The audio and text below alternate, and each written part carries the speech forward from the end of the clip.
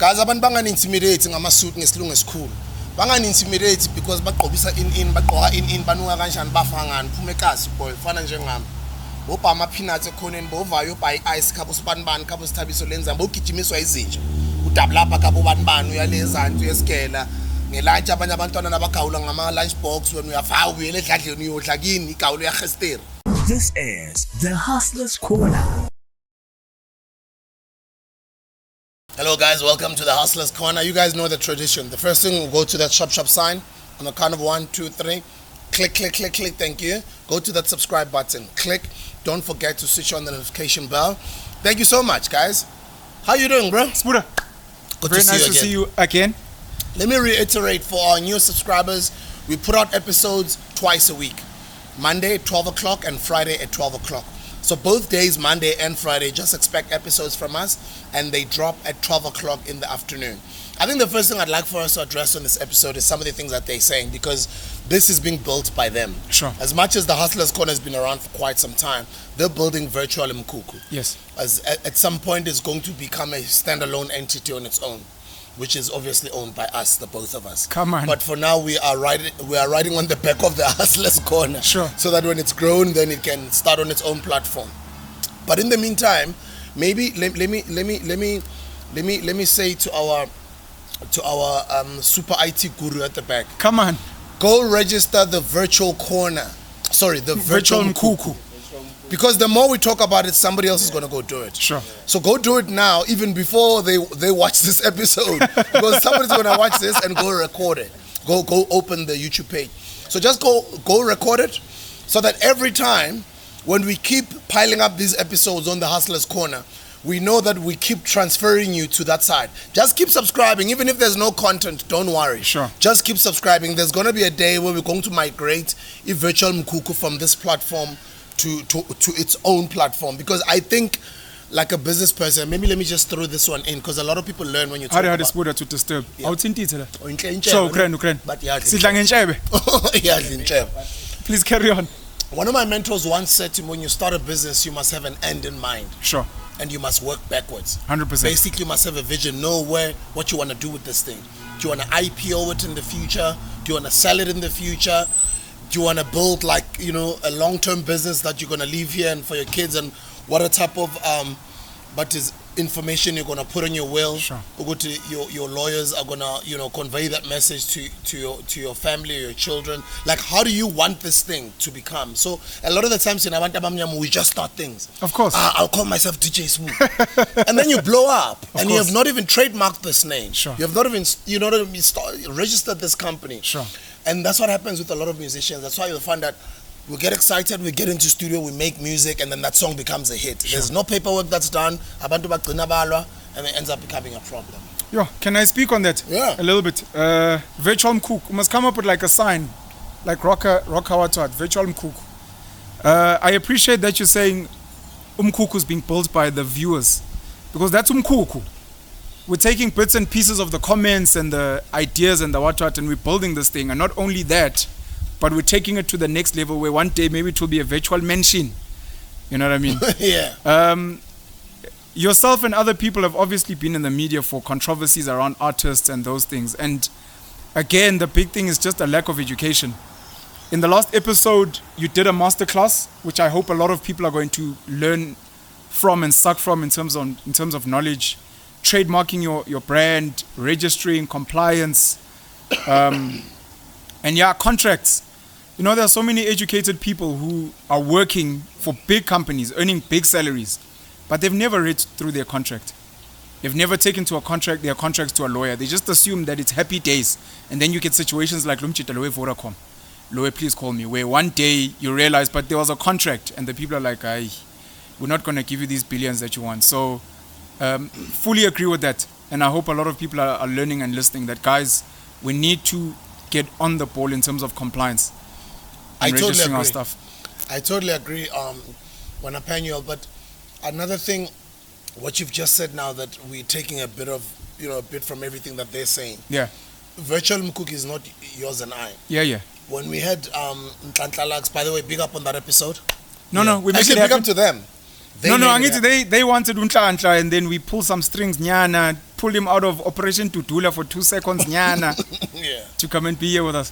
And what I wanted to say is, every little comment that you guys make, even if you guys are bashing us, you're criticizing us, it's okay. Those comments are welcome because we know that the true hustlers of this podcast, the true followers of this podcast or subscribers or supporters, is people who want this thing to succeed. It's people who are learning a thing or two from this and they want to become a part of this community and grow. So anything when you are criticizing it, if you love it, it'll be called constructive criticism. Not unless people who criticize it for other reasons. For me now, I'm never phased. Like whether you criticize or in Astuga, that's fine. Because I want to know how you guys feel so that how do we better our offering so we make you happy? No, I fully agree. Leaders are forged through steel. They are panel beating us. Even if the criticism is not constructive, by a saka, by a smolder. And I think even on this platform, because it's virtual Mkhukhu, we're building real estate on the metaverse, so to speak. And a lot of people have said stuff about keyboard warriors. And we've said before, guys like Adolf Hitler didn't kill anyone. The guy just spoke. And what we're doing, I think, in effect, is leading in the metaverse, building real estate, sculpting minds out there. So the more people join us, the more people join our community. I'm quite excited about what virtual communities we're going to build. I think the first thing that I can pick up from the previous 2 episodes, because as I said, guys, we drop 2 episodes every week, Monday and Friday, 12 o'clock both days. One of the things they said, you guys went soft on Untitled. Yeah. They said you guys did not ask the pertinent questions that are supposed to be asked about Operation Tutula and about what it stands for, about the future of this country and etc. And I took some of those. I mean, some of your comments were even saying things like, "Were you wearing shades?"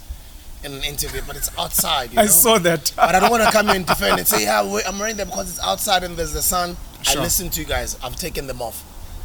Yes, they've captured you. You guys have captured this move. Virtual Mkhukhu is theirs, bro. Sure. No, fair enough. Untitled is currently trending. Operation Tutula is trending. Yesterday was Human Rights Day, which actually is Sharpeville Massacre Day.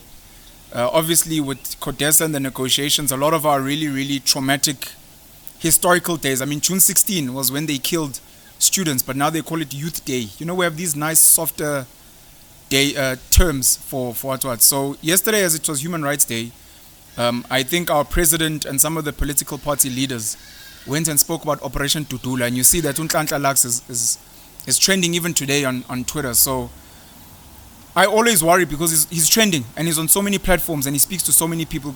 We want something fresh. We want to find out, but a lot of people may not ever get to those platforms. And to them, virtual Mkhukhu is their koneni. And they're like, we've got questions. So I just like you, I'm reading the comments and I understand. And I think it's very important that we try and get Untitled back. And then we'll take the questions from the people out there that they want us to discuss with him. And not worry about all the other maybe channels and platforms is on and be like, guys, for you, we'll ask the questions that you want. Mkhukhu way to.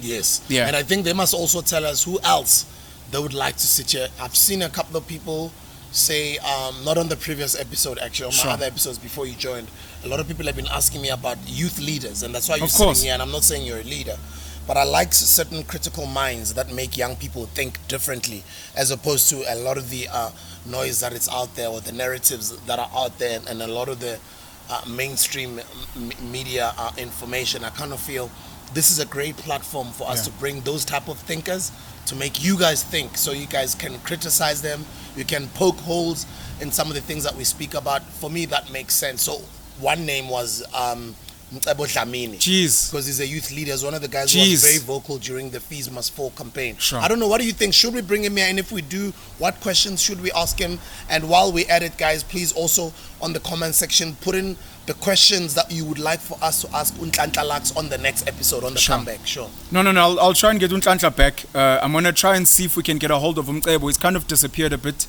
in terms of on the political sphere. I'm not sure what he's up to. And especially now, Jawas Kuluma about foreigners. I mean, he's Swati born. He's not South African. I think it was one of the things that hampered him in terms of his political progress in this country. Some people didn't want him to be Youth League president because he's not South African, you know. but he's done amazing work. And I remember the last big thing he did was walking from Joburg to Pretoria to go and give some type of memorandum to Ramaphosa. So when we speak youth leaders, Julius Malema, Floyd Shibambu, Cebo Dlamini's name needs to be raised there. And I think if we can get him on the show, it would be pretty cool. And obviously people send us questions. If we don't do a good job, they'll panel beat us, and then we'll try and get him back again if we can get him, and make sure that people get what they want. All right, on today's episode, the first thing we want to touch on is YouTubers. I kind of feel we're not competing. I kind of feel there's a lot of people with big subscribers. There's a lot of people who do different content, whether it's teaching people how to do 1, 2, 3, whether it's covering entertainment, covering music, covering gossip about celebrities, or doing conscious content that you share out there, or your content is soccer related, cricket related, tennis related, beauty related. I see a lot of young sisters out there doing well on YouTube through their makeup tutorials, videos. So we've got a huge youth, or let me say a huge YouTube community of young people who are forced to become digital entrepreneurs, who are doing really well for themselves. Because we are all not competing on this platform. Of course. I kind of feel there's a lot of things that we can share to teach or help or guide others so they can also have their pages or channels doing well. There's a lot of things that literally, for instance, you taught me earlier before the camera started rolling. Sure. Just about views. I don't even know how much you get paid per view. I didn't even know that you can get paid on Facebook through advertising and all those. I don't know much. Now I can imagine a person who's like starting now, who's 18 or who's 25, or some Goko who's 70, who's starting her YouTube page, who wants to talk about the things that happen at the old age home for Labababelung. You know what I'm talking about. And then Lababetu abazovula mhlamba amapage abokoko bethu, like I'll send you guys to a YouTube page. Sorry, not YouTube. Go to TikTok. Sure. Go look for a page, Yaga. He's always posting videos with him and his grandmother. Have you seen it? I haven't. What the grandmother says, "Mzokuphonsa ngale tin le fish." Uzokunya wena. And just the relationship between the grandson Jeez, that's and the beautiful. Makoko, they live together. That's beautiful. So he's always filming his grandmother. Sure. And he puts up those videos on TikTok. Sure. He's got millions of views, bro, and it's so funny. And I'm like, wow. You also look at those two worlds where abantu abadala babelungu umese babadala babayisa kubama old age home, and then thina bethu siyabanakekela. 100%. You know, there's little things like that you look at. But anyway, coming back to the actual point that I was trying to make is this YouTube community that is doing well needs to be teaching newer YouTube, especially not only YouTube guys. If there is a social media platform that pays you money or you're making money online, you have to share how you're making money on the internet, because you sharing does not take away from your hustle, but you're going to help a whole lot of other people out there. So I kind of feel, for instance, we need to bring MacGyver here so he can teach us on how to monetize this podcast and make it the best it can be, you know? Sure. At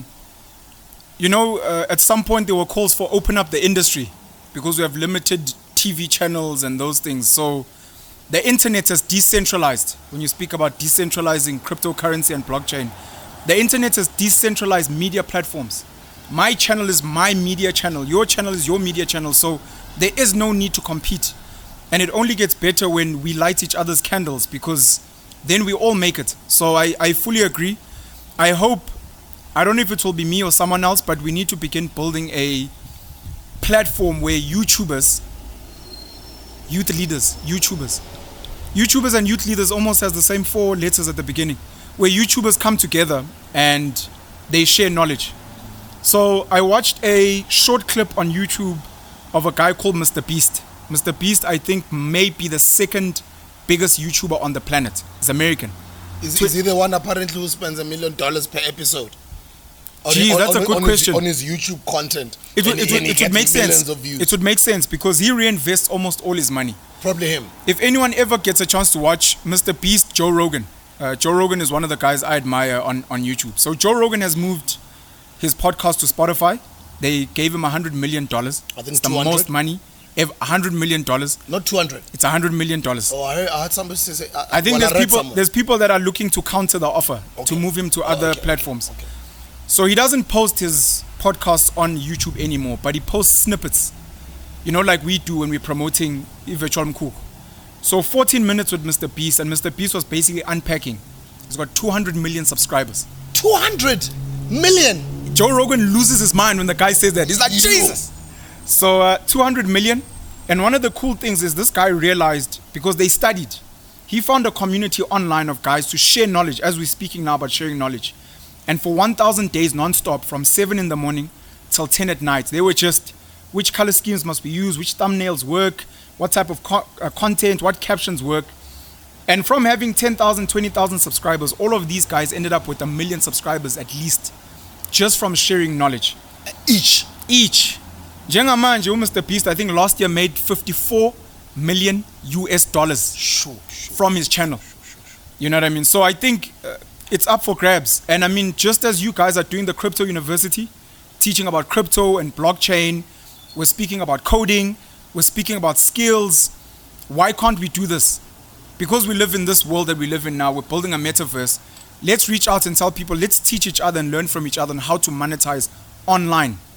You know what I mean? So I think there's a lot of value to get. I mean, one of the takeouts that I took from Mr. Beast is his fastest growing channel currently is a channel in Spanish, because he realized that only 10% of the population, according to him, only 10% of the global population actually speaks English. There's 90% of people that can't get through to him. So he's created channels where people come and speak in Spanish over him. I think at some point with the Virtual Mkhukhu, we may need to find actors out there who maybe all 11 official languages or just isiZulu that come in and then come and dub. And when I'm speaking in English, we have a Virtual Mkhukhu in isiZulu. It's paid. It's while to make sure that we reach all our people. There's a lot to learn. There's a lot that we need to share. And yes, if we can get MacGyver, he's got the biggest podcast, MacG, and Sol, and get some of the other YouTubers in a room and begin sharing knowledge. It's not just about, we don't need to compete. There's 7.8 billion people. So how do we share knowledge so that you end up with 1 million subscribers, I end up with 2 million, you end up unlocking Japan, I end up unlocking South America, and we all grow when we bring money into this country and we build our country. If we're failing to do it at least with real land, let's do it in the virtual universe and make money and build. Big up, what a dope idea. And I like what you said earlier. You said you don't know if it's you or somebody else. I mean, when I think of great ideas or things that can help people, I always raise my hand, like what we were talking about on the previous episode about the caliber of young people that are raising their hands when I was making an example about you and Kantalax. I kind of feel, let's do it. There's nothing stopping us. Invite the guys. Worst case, we get 5 of them. We make it impactful. We learn. And then from there, they will go and tell other guys, snap, I didn't know all these things. I sat with Sbu, I sat with Pen. We spoke about these things. They never fucking told me. I mean, like I said, this idea of, let's say you do makeup, like Mihlali. Mihlali, do you have these videos in isiZulu, which is the most spoken language in the country? You know. Another thing I wanted to touch on is human libraries is an idea I've thought about for so many years. You have a library where you go in and you take out a book and you read it. Obviously now we've got the internet, so you can read a book here. There are so many old people that are oozing knowledge and information. They don't know how to use phones. They don't know how to write books. Can we turn, let's say, old age homes or spaces where we bring old people, just like Lumchit and his grand, and we go there and someone preps them beforehand. These kids are coming to ask about dating back in your day. They want to ask about African history. They want to ask about herbs. Can they come in, these kids, and then you just school them and they record you? And we begin building these archives where we're documenting old people and their wisdom. There's a YouTube channel. I don't know who's behind it, so I won't really mention the name, but it documents prisoners telling their stories in black and white. Would say, I know. I see it on Facebook. Yeah. Jeez, that's and knowledge. And then they put in subtitles, captions, whatever. Yeah. So yeah, I think there's so much we can do, and I speak a lot about the knowledge that we're losing out on old people. Why can't we, who are building this metaverse, go out to old people, put a camera, just have conversations, and over time, one of my ideas at some point was, and this is for anyone that's listening, because these are things you guys can do. South Africa's brilliant at documentaries. When I look at South African movies versus South African documentaries, our documentaries are fire. And when you're looking for content, you don't have to go out and interview people. Some of the greatest videos with the highest views in this country are from social media, a Facebook or YouTube. Someone needs to go out and just compile the stuff and put it into a 2-hour thing and put it on a big screen. And people are like, okay, this one is going to be the coolest videos of 2022 on Facebook. Or this is dance videos, dance compilations of high school kids. And find a way when you've monetized that thing to go and give back to the people whose content you took from. And then send it to the world. We go to a big screen and we watch the coolest thing. Some of the videos are people being shot at, cars exploding. No one is putting that on the big screen, and it's bigger than any movie we've made here. Seeing cash and transit heist in real time. You put that on the big screen, you send it to the world, and when people are like, what is South Africa contributing to the film industry? You're like, it's this. It's kids taking their phones, documenting stuff, and sending it out into the world. So guys, this is what's going to happen, right? Because our podcast, that's what I love about podcasts. It's not like a TV show or something where, that can't happen. Here it can happen. I literally am going to excuse myself for just 15 to 20 minutes. I've got a very, very important meeting that I'm going to do right now. But why am I telling you? Because Penuel won't stop. We're not going to cut the episode and wait for Spoo. No. Jeez. This is virtual Mkhukhu is his also. So he'll continue speaking to the camera because I know he's done it before in some of his videos. I don't know if he can speak for that long. But I'm sure with the topics that we've put together, he'll keep me up to speed when we come back. But I'm sure he's got a couple of things, or some of you guys who don't mind looking at just Penuel alone for 15 to 20 minutes straight speaking to you. Let me excuse myself, go do my meeting. As soon as I'm done, I'm going to join you all back, yeah? Just in a moment. 30 minutes alone, Spuda. That is a lot. Maybe a little less than 30. I'm going to tell you what I'm going to cover while you're away. Yeah. So while Spuda's away having his meeting, I guess it's me and you guys. Those of you who may know, I have a Facebook page, Penuel the Black Pen, and then obviously I have my own YouTube channel, God Penuel. So the two things I want to talk to you guys about while Spuda's away is number one, creating a Black African AfriForum, and then the second one actually touches on a video that I've made before. Do black people get charged higher interest rate by the banks? So a lot of you may not know, but Solidarity, or as Afrikaans people call it, Solidariteit, is a South African trade union which was built basically to look after Afrikaners' interests. Yes, there's a focus on white people, but anyone who speaks the Afrikaans language. They've got about 190,000 members, and they actually gave birth to AfriForum back in 2006. In 2006, AfriForum had no members at all, and to date, they've got close to 300,000 members. I think it's time that we have a conversation, specifically as black people, and more especially just as Africans. When are we building our own AfriForum? A lot of people have seen what AfriForum and Solidarity have done in building their own Technicon, which was done for Afrikaans people in particular. It's time that we build our own. I think it's fundamentally important. There's something I just wanted you guys to read for you guys off Wikipedia, just in terms of AfriForum and Solidarity.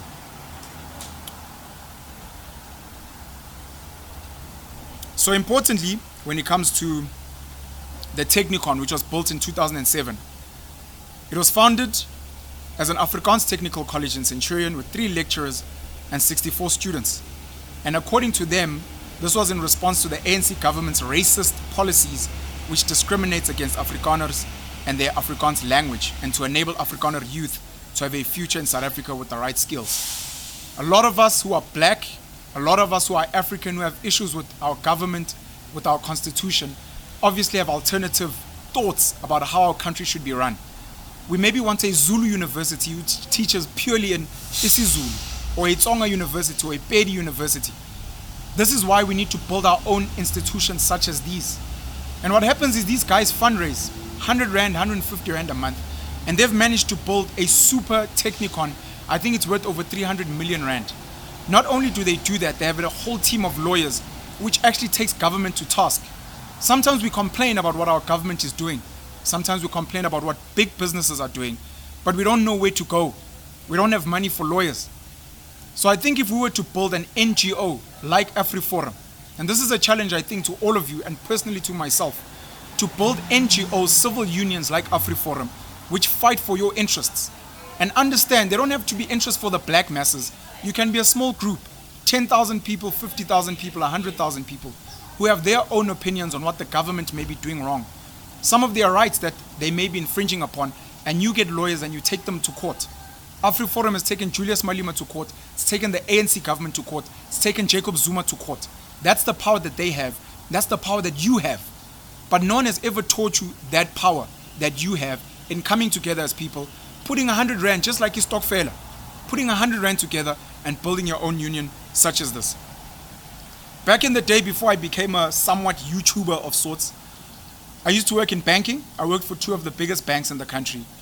And I used to work firstly in personal loans, and then secondly in vehicle and asset finance. And working in there, I worked in the engine of who decides, or at least the engine that decides if you get a loan and at what interest rate. And obviously over the years, a lot of people have complained that black people in particular get charged very, very high interest on loans. Some black people have complained that these banks don't want to give them business loans, so to speak. As someone who's worked in the bank, I'm here to debunk those myths.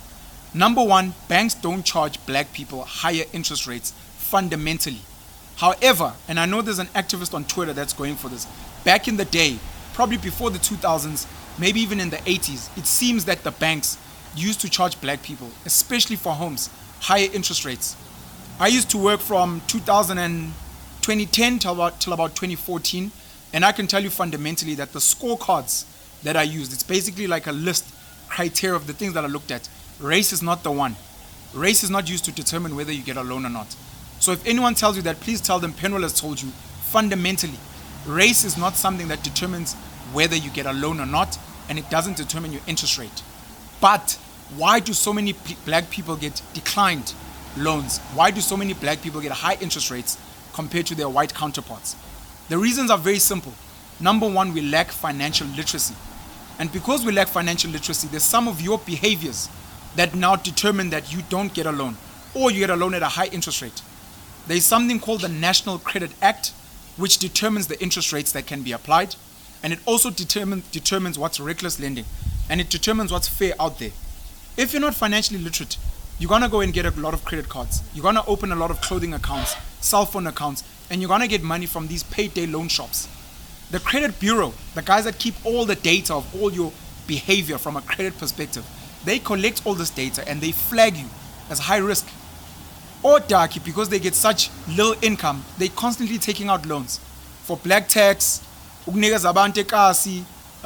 maybe splurge on booze, giving chicks some e-wallets and those type of things, and it picks up.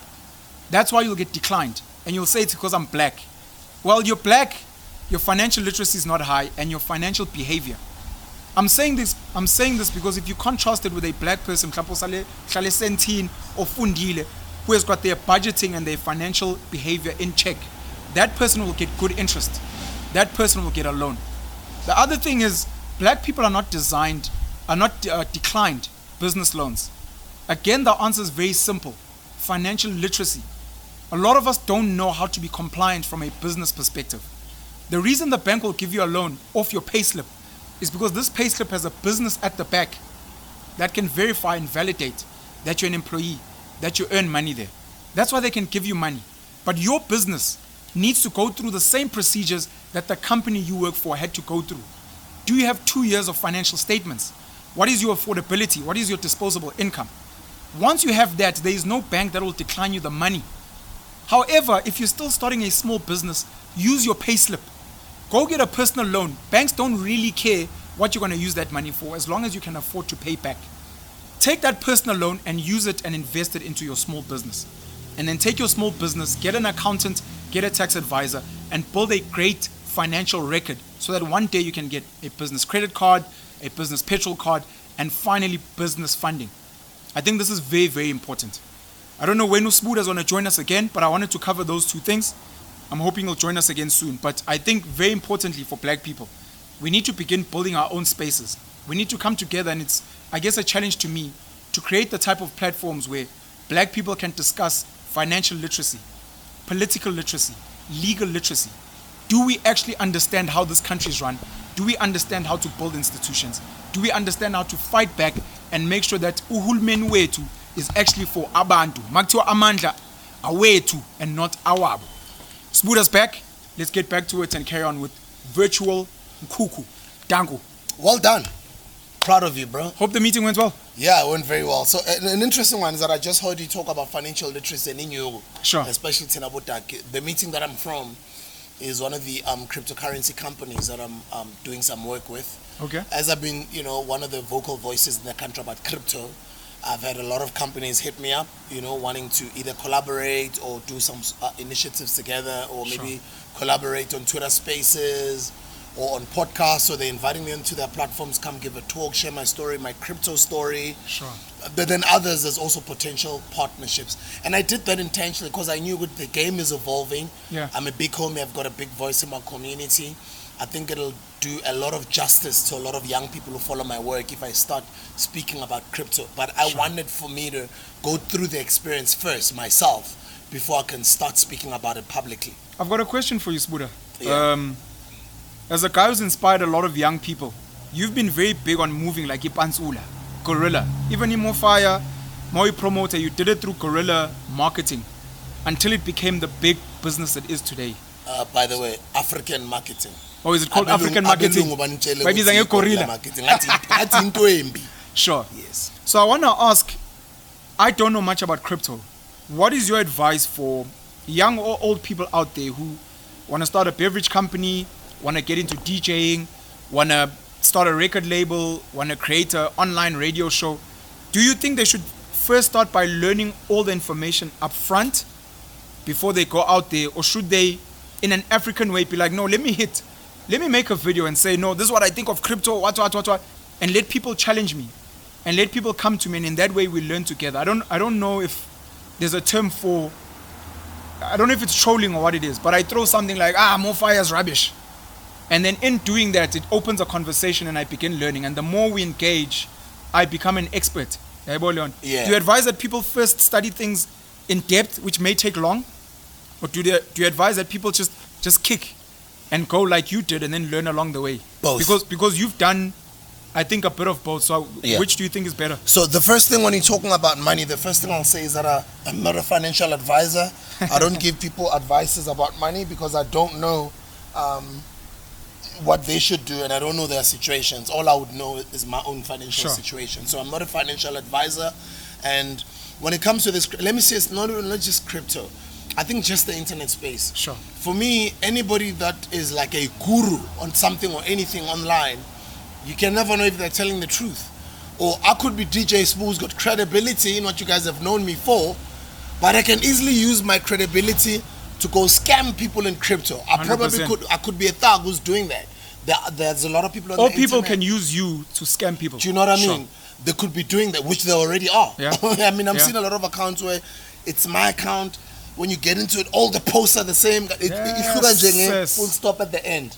Or maybe with the underscore. You know what I mean? Down dash. Type of thing, know it, down dash. And that's what scammers are doing now. Sure. So they take some credible voices, they duplicate their social media videos, and then they go to the people who always post in the comment, and they... I mean, if you go to any of my social media platforms as we speak, look at posts that I've been posting over just the past couple of days. Sure. Go to the comments. You will see some people talking about, hey, crypto. Oh, those spam things. Those are not all robots or spams. Some of them are just literally scammers. Sure. But scammers have advanced, so maybe they've also created their own robots that do such things. Of course, that do it automatically. So just be sure it is that person that you think it is with the blue check. But also my answer to you is, mina into ngiyenza uma ngifunda into. Ngifundi theory for quite some time. Okay. Kodwa ngifundi theory for isikhathi eside. Ngifunda into ngilobe ngiyenza. Okay. Gore heke ipuditsa gore ke batlo bala ntho so. Yes. Ke bala ntse ele gore ke a etsa physically. Sure. I always say to people, you have to act, because ACT action changes things. Nothing is going to change no matter how much you know in your head. For instance, I mean, how many people with PhDs out there who are more educated than Theo or than Likau? Sure. But they've never started drip or they've never started Batu. 100%. Theo literally went from the boot of his car to go deliver that shoe. Sure. To learn as he goes that business. Same as what I did with TK. I never learned how to start a record company. Before I started it. Sure. I never learned how to write a book. I didn't go to school for being an author or a public speaker. I didn't go to school for being a radio or a TV presenter. I didn't go to school for being a music producer or a DJ. Sure. I didn't go to school to go start a beverage company, but I learn as I go, and I kind of feel that's how Africans are. Africans are people that do things differently because we live in a very different environment as opposed to other worlds. So a lot of the textbooks that we study from, a lot of the papers that might have been written by great professors from the most amazing, prestigious institutions, a lot of the PhDs and all of that type of stuff is literally taught in those environments for theoretical purposes. And a lot of the times, the people who are, or the professors or the experts or the companies they use as case studies, a lot of them have happened overseas, in Europe, in America. It's very few, or if there are some, that have happened here in Africa, or where they are using case studies of companies that have become successful from Africa, or it's very few lessons or courses or whatever it is that have happened in Africa successfully, that they will use that as knowledge to go and teach people and say, in Africa it's done this way. So a lot of the things that we know and we think it's great knowledge from all these prestigious institutions, because we've got MBAs, we've got PhDs, you find that a lot of that information, maybe more than half of it, may not necessarily be easily applicable to the African continent. That's why you'll find other companies that are doing well in South Africa. They go try out Nigeria, or they go try out Ghana or the DRC or Ethiopia. They're just there for 2, 3, 4, 5 years and then they come back.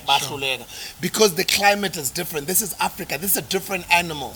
You know, like this is you're dealing with you're in another world. So when you see us do things, it's understandable that people will call us guerrilla marketers. They'll call us names because they cannot fathom. Because we also don't have answers, because we are not looking at anyone who's teaching us. There is no, so we learn as we go. I don't know if that answers your question, but I mean, I'm one of those people who would like to encourage people to go learn something, but it's always better to learn as you go. As you do. You know, I've given advice to I've given advice to young people, because we've been asked, what do you want to be when you grow up? I want to be a therapist, I want to be a pilot. And I'm like, as soon as possible, go spend time with those people. As soon as possible, go and visit their spaces where they work and see if you can learn from them. Because you want to study for 12 years, you want to study 5, 6, 7 years at tertiary. And you might find that you actually hate what you're doing because you've actually never sat with a therapist, with a pilot, with an actor. You want to be Beyonce, but you actually don't know what she does 90% of the time. You only see the front of what. So I fully agree with you. And analysis paralysis is a real thing, where you focus so much on the theory, you never get to the acting, and you get too scared, I think. And then the guys who haven't done the theory, they just jump. And that, Joe, that is so true. What I mean? Because that's what I've seen. I mean, if I look at, let me use Mufa as an example. If I look at when we started, a lot of forget the majority of the critics, but I was at the time. I was disappointed to be criticized by people that I looked up to, people that I deemed as educated enough to sort of mentally understand what we're trying to do. I was disappointed to be criticized by people whom I thought were also pro, starting our own things, building our own things, supporting each other, that entire thing. Barabo, Steve Biko from back in the day, been preaching. Only now I understand, it wasn't coming from a bad place. It came from a place where whatever education they had as much as they were conditioned to believe in a certain way. And if umuntu eyenza ngendlela thina besiyenza ngakhona, as you would say, it's pantsula. It doesn't relate to the next person. I'm just giving you an idea on how, just an example on how somebody else out there might be looking at, why is he doing that? But we are forced.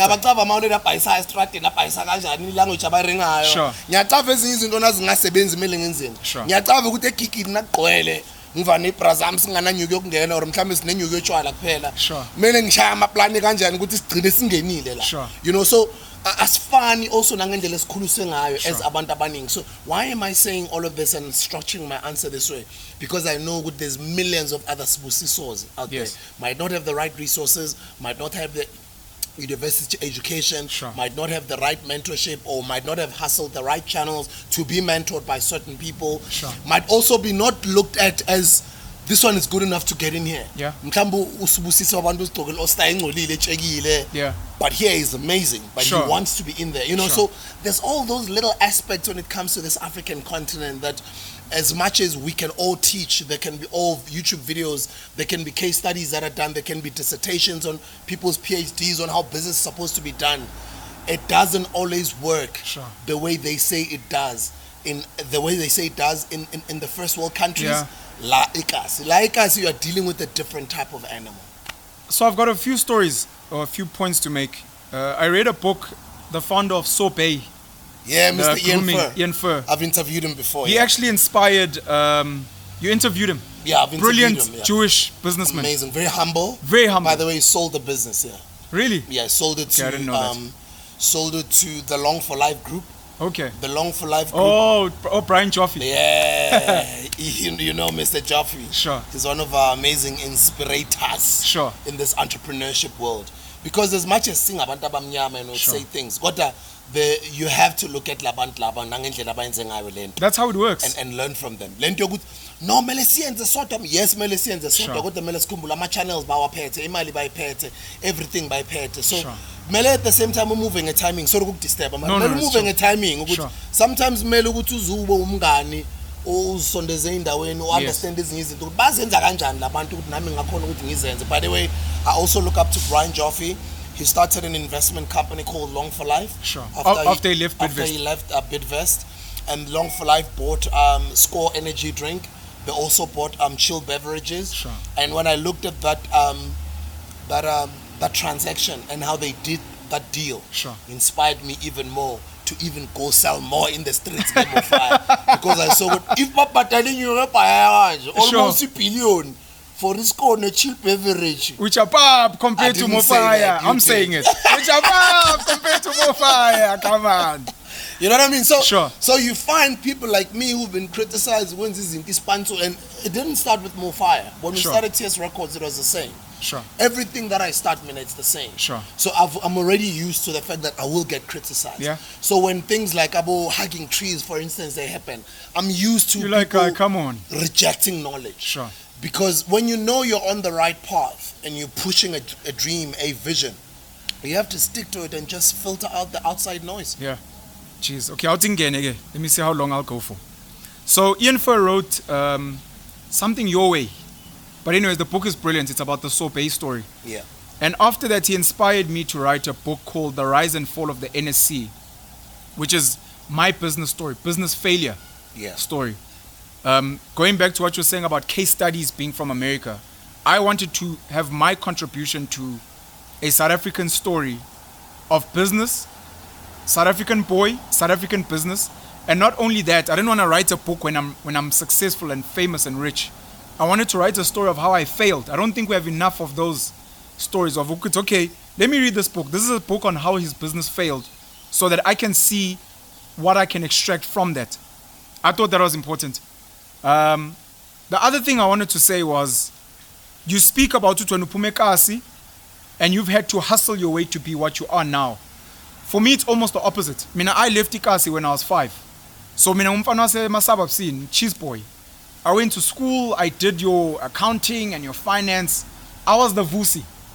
I was the guy who wanted to do business or let's register and it took, funny enough, my business failure for me to completely dismantle this thing. Another great business mind in South Africa is Alan Ray's Corp. Ray's Corp, yeah. He's got a book written, Shout Throw out Away to the Alan Business Ray's. Plan. I've Yeah. interviewed him before. I've also done some great work with him Yeah. as well. Because when I say Vusi, when I say Alan Ray's, when we're saying Brian Joffe, when we say Mr. Ian Fur, Yeah. those are all the people whom we are all in the same community with. Yeah. It's either people who build businesses we look up to, or we're all currently walking the same journey at the same time. Sure. But obviously, born again, they'd be either older or babelu. Of course. But I think this space has introduced me to such people. Yeah. Sorry, continue, yeah? No, so Alan Ray's Mele written ngikhulume because ngingamshiya guys wakhuluma edwa. So I must come back and just with the fafaza. fire. Yeah, but I must make sure that I don't disturb him from his train of thought. By the way, I also do listen to some of your comments when you say, Sbu, just shut up and let somebody get to their point. Shut up, guy. Okay. Anyways, so Alan Ray's wrote a book about Throw Away the Business Plan. And it was literally because, funny enough, when you speak about overseas first world stories, you find they're very similar to us. It was a lot of pantsulas, a lot of guys who hadn't studied that industry, that sector. And some of them, they had to burn like I burned to realize, no, man. And I started hitting the streets after my businesses, which were formal, fell down and they failed. Ngathola amathayima I drive amabhaki ane spinach at the back that were making 3,000 rand a day. 3,000 a day over 30 days is 90,000 rand a month. It is spinach.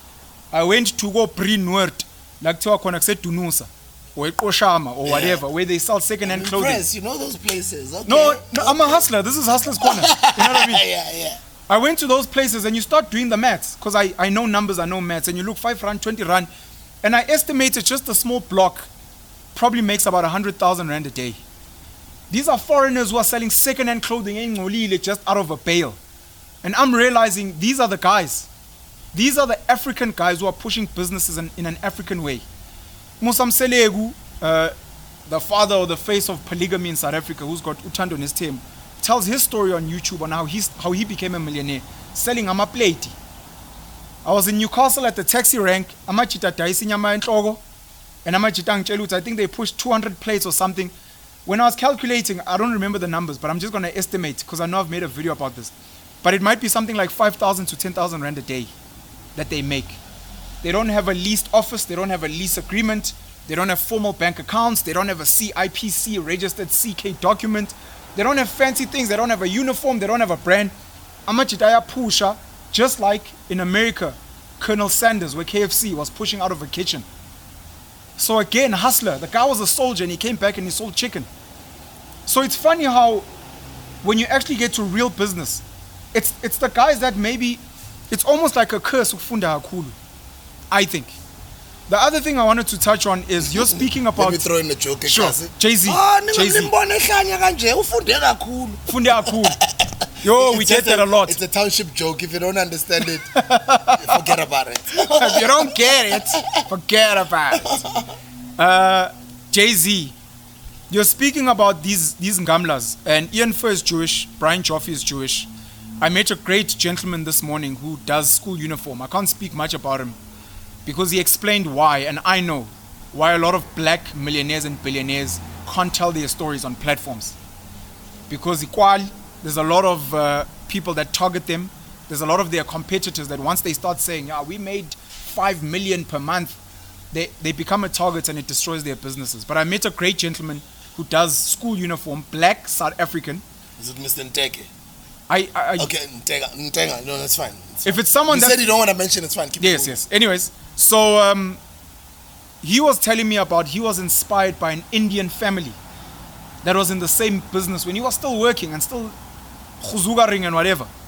You know, and I was having this conversation with him saying, it's funny that those of us who hustle and who go out there, the Jews, the Muslims, some of our foreign brothers and sisters, the Nigerians, the Malawians that are in business, they're so willing to share knowledge. And one of the terms that really caught my attention, I think last week, because there's these buzzwords that sometimes come into my head. Human collaboration. Human collaboration. The fact that where we are today, we look at something like a cell phone and we'll say, look, it's from South Korea or it's from America. But there was collaboration involved here somewhere. Someone may have invented this, but someone invented electricity. Someone came up with a specific design. There may have been child laborers who were mining cobalt. There were people in Afghanistan that were mining lithium for the batteries. There are people that are going to take this phone, put to Umam Esther Mahlangu. I saw she was in the news because she was robbed. Shout out to her, and I hope everything will go well. Umam Esther Mahlangu, who's an artist, Ndebele artist, world famous. She maybe comes up with a design, Ndebele design, which goes global, like she did with some of her designs. And some of the things that we have today are from collaboration. You have to collaborate with people that are brilliant at what they do.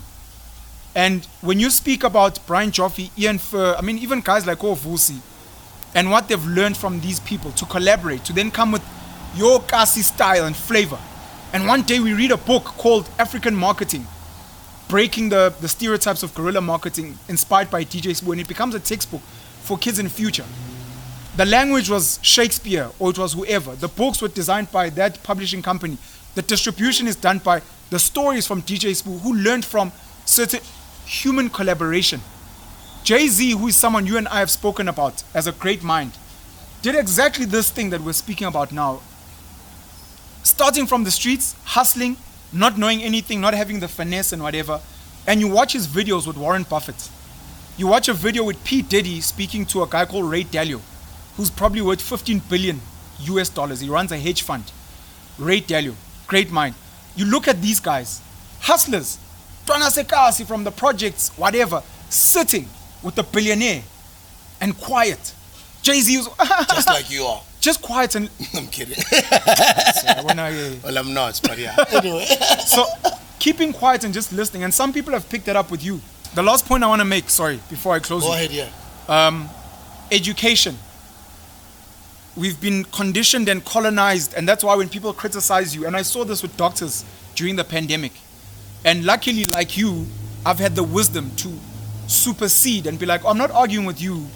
I'm arguing with the textbook you read. I'm arguing with your lecturers. It's not you. So I shouldn't be angry with you. It's your conditioning. A lot of our CEOs, great CEOs, they've got many degrees. They've got a master's in this, and then they went to Harvard, and then they went to Oxford. A lot of people don't know that when they started working, they probably had a junior degree. They've acquired these other things over time. So when you see them at age 55 with all these degrees, it's not that they sat for 15 years. I'm touching on this point of you saying, learn while you're doing. So the guys were working and they were studying further. It was formal. Yours is maybe informal, but that's how everyone grows. That's how, Jacob Zuma has spoken about this, that formally dropped out in grade 4, formally.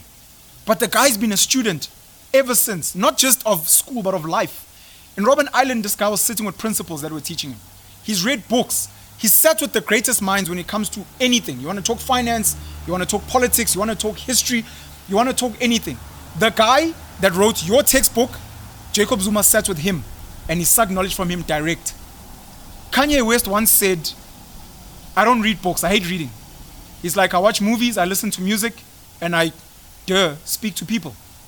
While you're reading the textbook, I'm speaking to the guy who wrote the book. And then you go out and you ask me, where's your degree? No, I have the knowledge. Open your mind up to just and some of us share not. There's people that are going to get honorary PhDs just from YouTube, from sucking stuff from YouTube. So we must be teachable and we must learn and we must understand that a lot of the people that criticize us, my last point is going to be about Jesus, but I'll let you speak. They must criticize us, but we must understand that it's just their conditioning. And that's all that I, with Penuelism, my religion, am trying to dismantle and decolonize. Wow.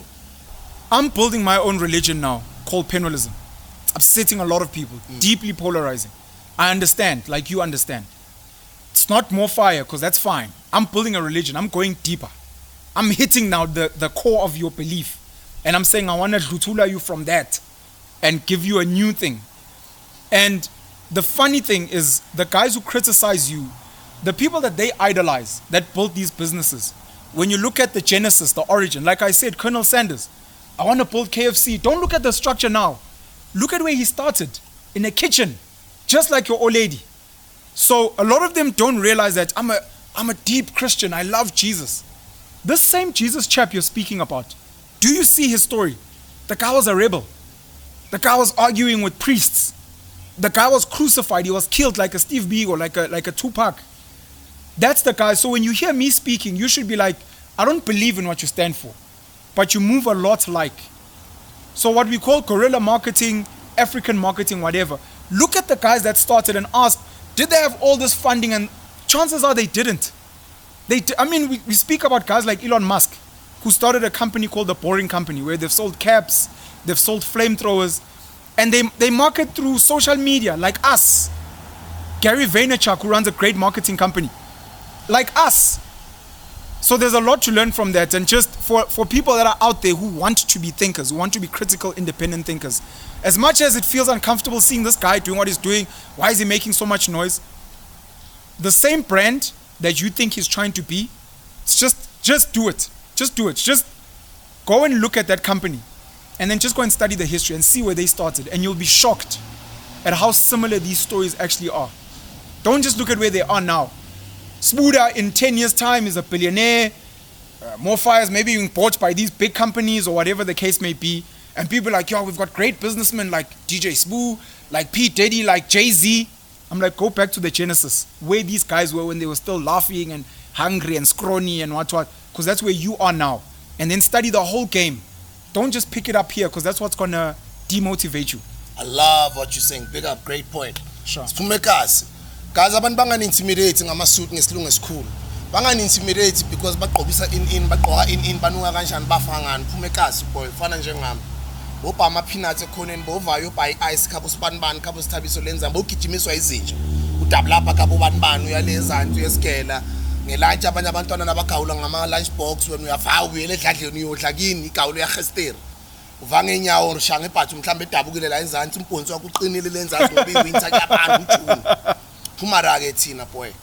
So ispirit set asifani nabantu ukuthi lento lebayele esigela abathwenga abakhuluma isilungu esiphezulu, and there's nothing wrong because we look up to them.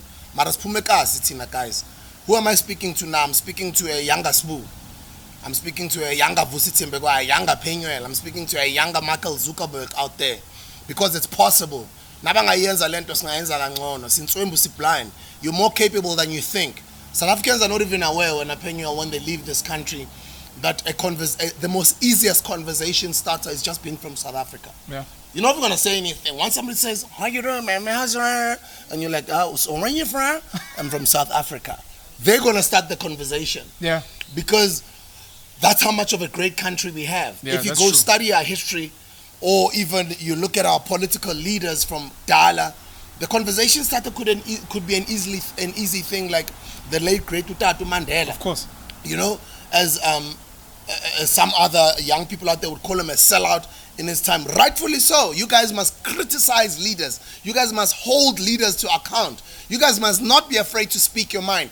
You guys must not be intimidated by anyone who says they're gonna cancel your account, they're gonna do 1, 2, 3. And as long as you're not killing anyone, as long as you're not stopping anyone's hustle, but as long as you are speaking your own truth. And that's what I love about the Hustlers Corner, because we speak our mind. Yeah. It doesn't matter whether people agree with it or don't, but I cannot believe abantu abaphume kasi, they're more capable than what they think. We are more capable, we are more great, we are more awesome. If you see South Africans who leave this country, Yeah. just for a few years, a lot of them succeed. Of course. It's just because not a lot of us are willing to go and explore the world. Sure. I'll talk about the industry that I come from, which is music.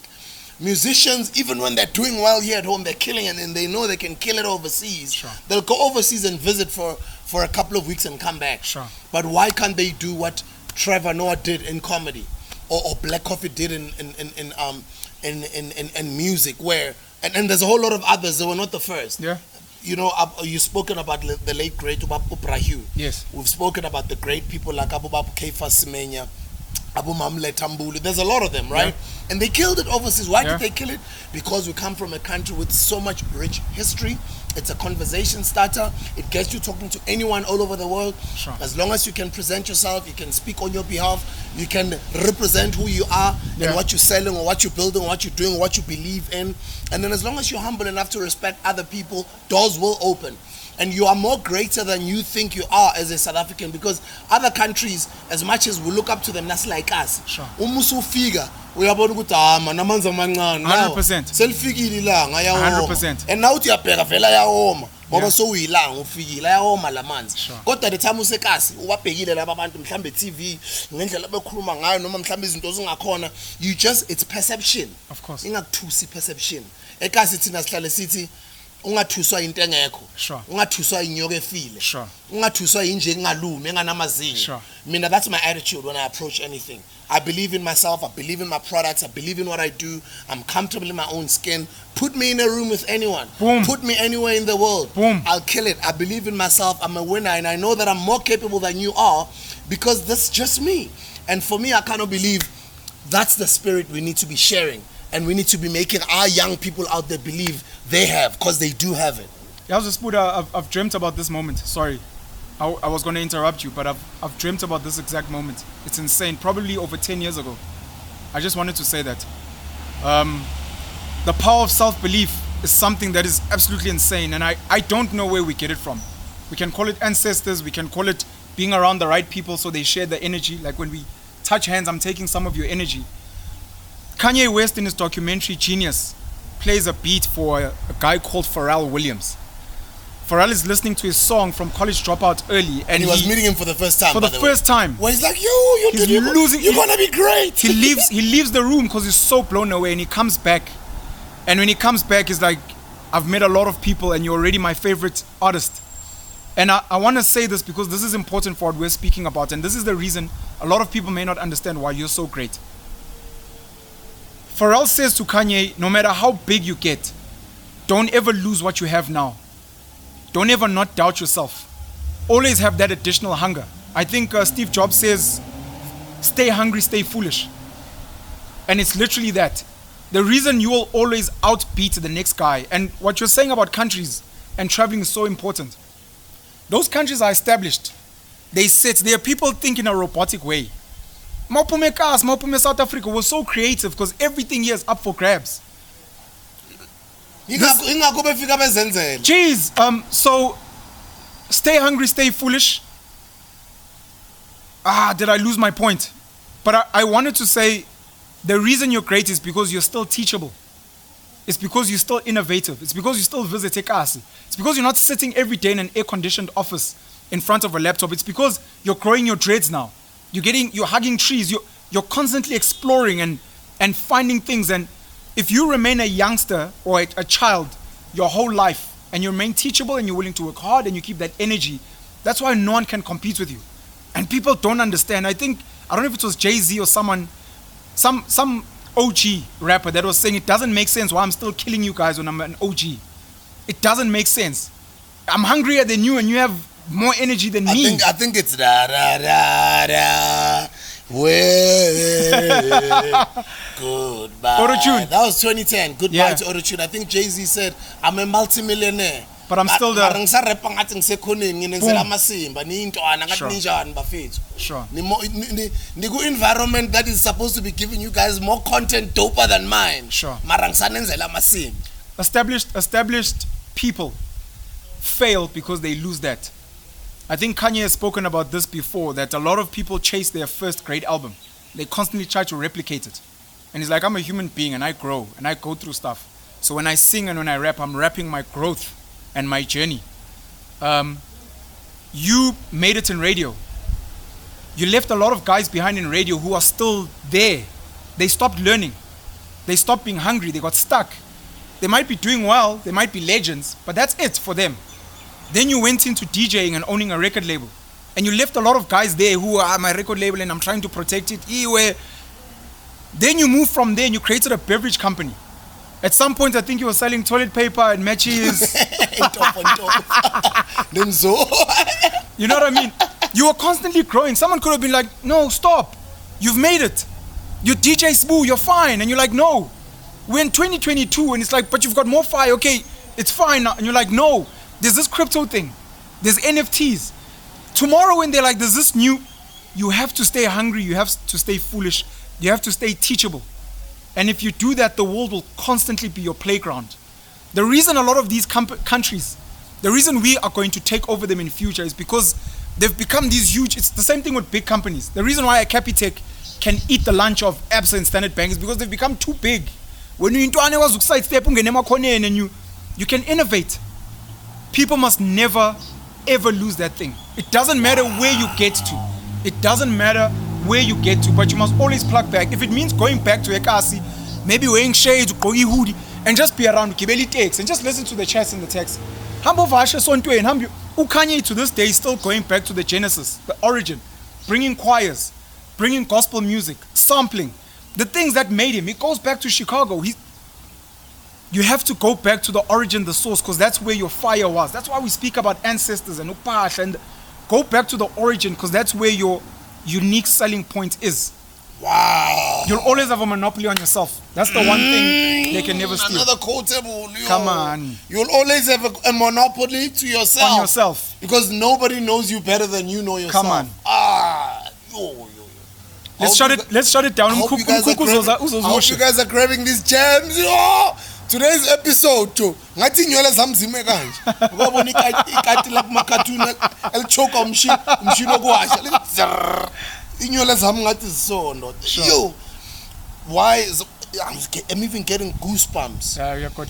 Just to wrap it up, you're great, you're dope, you're awesome, you're more capable than you think you are. You're from South Africa, you're from one of the most greatest countries anybody can. There's no earthquakes here, there's no volcanoes, there's no flipping this vung vung here. The only vung vung we have is from our great hero, our great musician legend, Umandoza. It's a vung vung, it's tornado. That's the only tornado we'll have here. Or mhlambi village. Because like us is blind, bafethu. Iweather here at the top. Why ucabanga ukuthi wonke umuntu all over the world ufuna ukuba la? And eGrandton angahamba uyogubhisisa kahle ngamaharavu wakho. Ufind out story lesi sihlale sisifunda from encwadini enkulu. You'll be shocked ukuthi grand le story sithunakale eva. The bigger part of the story sithunakale eva. And kukuphi lapha kunama animals corner, the big five that are not anywhere else. And I'm actually still disappointed ukuthi where all of that big five is still called by a foreign name. Yeah. Let's wrap it We'll up. get it right. The last thing I want to say, and this we're not going to discuss today. You spoke about people scamming you and copying your account. There's something called deep fake, where they can create. I'll make a video, and then technology, the way it works. They've made with Barack Obama, when he's saying, yeah, these motherfuckers, what? And you're like, I've seen that. It's not real. So people must be very careful of those things.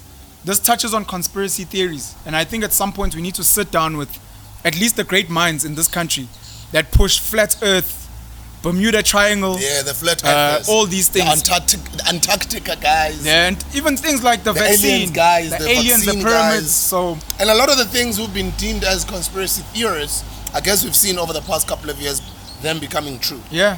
So that's it from me. Also, wishing everyone a great week. I'm very happy that we're building Mkhukhu. Let's burn it up. Reptilian agendas, Woo, shape-shifting. David Icke. David Icke.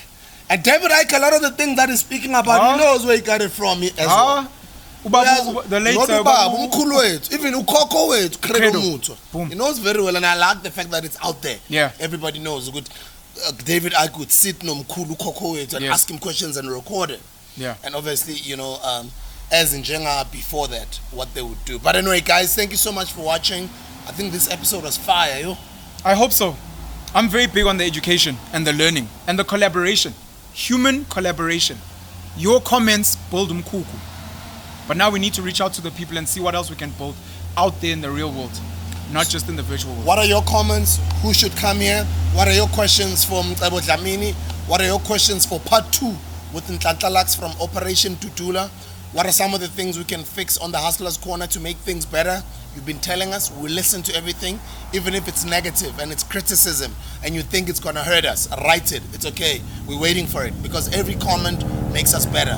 We love you guys. We'll see you on the next episode. Dope. Well done, that was nice. This is the Hustler's Corner.